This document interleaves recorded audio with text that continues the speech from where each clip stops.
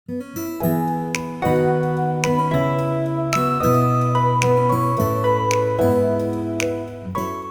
है गाइस, कैसे हो आप लोग? आई होप बढ़िया होंगे। तो आज मैं लेकर आया हूँ आप लोगों के लिए एक नई सीरीज जिसमें हम लोग माइक्रो सर्विस पे बात करेंगे। लेकिन उससे पहले अगर आपने अभी तक हमारे चैनल को सब्सक्राइब नहीं किया तो सब्सक्राइब कर लें और बेल आइकन को भी दबाकर ऑन कर लीजिए, जिससे आपको नए नए अपडेट मिलते रहें। तो बिना देर किए चलिए शुरू करते हैं। तो इस सीरीज में हम कुछ इंपॉर्टेंट टॉपिक को कवर करेंगे जो कि आप यहाँ स्क्रीन पे देख सकते हैं। तो इन सब टॉपिक को डिटेल में समझने के लिए इस सीरीज के सारे वीडियो देखते रहें। तो चलिए बिना टाइम को वेस्ट किए शुरू करते हैं। तो सबसे पहले हम लोग बात करते हैं माइक्रो सर्विस होता क्या है और क्यों हम माइक्रो सर्विस यूज करते हैं। अगर हम माइक्रो सर्विस की बात करें तो माइक्रो सर्विस एक सॉफ्टवेयर डेवलपमेंट का अप्रोच है जिसमें हम एप्लीकेशन को अलग अलग usually couple independently deployable service में डेवलप करते हैं। मतलब कि हम कोई भी एप्लीकेशन बनाते हैं उसको छोटे छोटे पार्ट में मॉड्यूल के हिसाब से ब्रेक करके अलग अलग प्रोजेक्ट बनाते हैं और उन सारे प्रोजेक्ट को कंबाइन करके हम एक एप्लीकेशन बनाते हैं जो कि ये माइक्रो सर्विस के पैटर्न में आता है। और हर सर्विस एक स्पेसिफिक बिजनेस फंक्शन पर फोकस करता है और उसे इंडिपेंडेंटली डेवलप और डिप्लॉय और उसे स्केल किया जा सकता है। तो ये तो हो गई माइक्रो सर्विस की डेफिनेशन। एक सबसे इंपॉर्टेंट क्वेश्चन है, why we need micro service? क्या हम किसी अदर अप्रोच से एप्लीकेशन नहीं बना सकते? तो आइए इस कॉन्सेप्ट को थोड़ा सा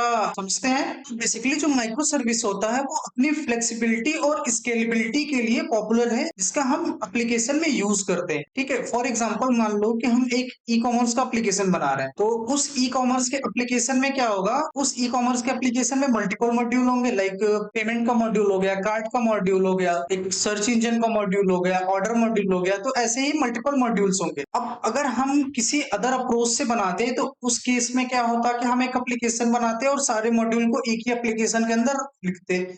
इन केस प्रोडक्शन पे किसी भी तरीके का ब्लॉकर इशू आता है तो उस केस में क्या होगा कि हमारी पूरी की पूरी एप्लीकेशन ब्रेक हो जाएगी, काम करना बंद कर देगी। लेकिन अगर उसी को हम माइक्रो सर्विस के अप्रोच से डेवलप किए रहते, अगर किसी एक मॉड्यूल में किसी भी रीजन से एक्सेप्शन आता तो बाकी जो मॉड्यूल्स हैं वो इंडिपेंडेंटली चलते रहते। ठीक है, एक तो ये एडवांटेज हो गया। दूसरे एडवांटेज की बात करें, लेट सपोज कि हमारा कोई मॉड्यूल है जिसपे ज्यादा लोड हो रहा है, अकाउंट मॉड्यूल है जो उस पे ज्यादा लोड है, मल्टीपल्स यूजर आ रहे हैं डेली और वहां पे multiples account at a time पे क्रिएट हो रहे हैं, जिससे उस पे लोड जाता है।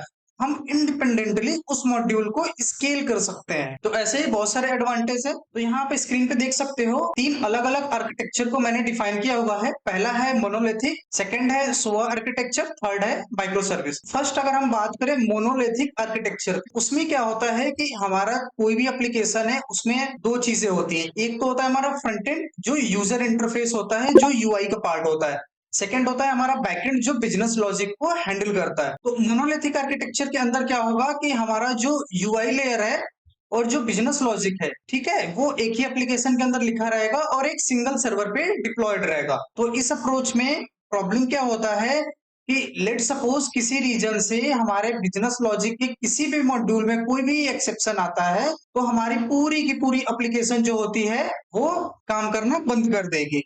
ठीक है, लेकिन इसके कुछ एडवांटेज भी हैं कि अगर हमारी फ्रंट एंड और सारी बिजनेस लॉजिक एक ही सर्वर पे है, एक ही एप्लीकेशन में है, तो ये परफॉर्मेंस के हिसाब से ज्यादा बेहतर होगा। ठीक है, तो अगर छोटा एप्लीकेशन है तब तक तो हम उसको इजीली मैनेज कर सकते हैं, लेकिन हमारा कोड बेस जब बढ़ते जाएगा वो एक बड़े एप्लीकेशन में बनते जाएगा, उस टाइम पे हमें कोड बेस को मैनेज करना और टीम के साथ काम करने में थोड़ी सी कॉम्प्लिकेशन आ सकती है। और दूसरा सबसे बड़ा रीजन है कि स्केलेबिलिटी की प्रॉब्लम आएगी। उसमें अगर किसी सेक्शन को इंडिविजुअल स्केल करना है, इट मीन्स कि उस पर ज्यादा हिट्स आ रहे हैं, उसको हम चाहते हैं कि उसकी जो स्केलेबिलिटी है वो थोड़ी सी बढ़ा दी जाए, वो नहीं कर सकते। उस केस में क्या होगा कि हमें पूरे के पूरे एप्लीकेशन को स्केल करना पड़ेगा। स्केलिंग का मतलब आप समझ सकते हो कि हम जो डिप्लॉय किए हैं उसके कितने इंस्टेंस हम रन टाइम में क्रिएट कर सकते हैं, जिससे कि हम लोड को मैनेज कर सके। ठीक है, ये तो हो गया मोनोलिथिक। सोआ आर्किटेक्चर पे आने से पहले हम बात करते हैं माइक्रो सर्विस पे फोकस करें। तो यहाँ पे आप देख सकते हो कि सेम एप्लीकेशन को हम माइक्रो सर्विस में डेवलप करेंगे। उस केस में क्या हुआ कि हमने यूआई कंपोनेंट को एक सेपरेट कोड बेस में रखा और उसको डेवलप किया। ठीक है, और हमारी जो बिजनेस लॉजिक थी उसको भी मॉड्यूल के हिसाब से अलग अलग एप्लीकेशन में क्रिएट किया और उसको डिप्लॉय किया। इससे बेनिफिट क्या हुआ, हम हर एक सर्विस को इंडिविजुअली हम मैनेज कर सकते हैं, उसके हर एक कोड बेस को, हर मॉड्यूल में कौन सी टेक्नोलॉजी यूज करनी है वो सारी चीजें हम इंडिपेंडेंटली डिसाइड कर सकते हैं, डेवलप कर सकते हैं। ठीक है, लेट सपोज कि हमारे इस सर्विस के अंदर कोई एक्सेप्शन आता है, तो उस केस में ये जो सारी सर्विसेज हैं ये इंडिपेंडेंटली वर्क करते रहेंगे।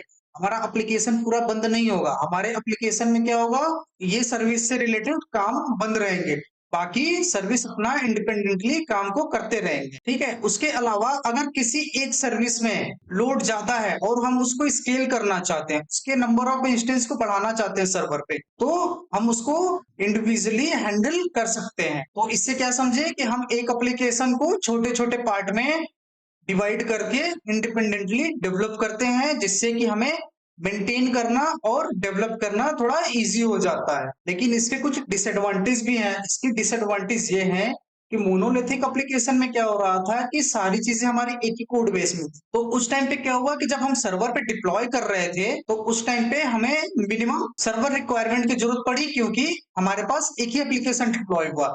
लेकिन माइक्रो सर्विस के केस में क्या हुआ कि यहाँ पे हम मल्टीपल एप्लीकेशन को डिप्लॉय करेंगे। तो मे भी हो सकता है कि एक सर्वर यूज करें, या फिर हो सकता है कि हम मल्टीपल सर्वर पे इसको डिप्लॉय करें। उस केस में हमारी कॉस्टिंग की इशू, सर्वर मेंटेनेंस की इशू आ सकती है। ठीक है, तो अगर कुछ एडवांटेज है तो कुछ डिसएडवांटेज भी हैं।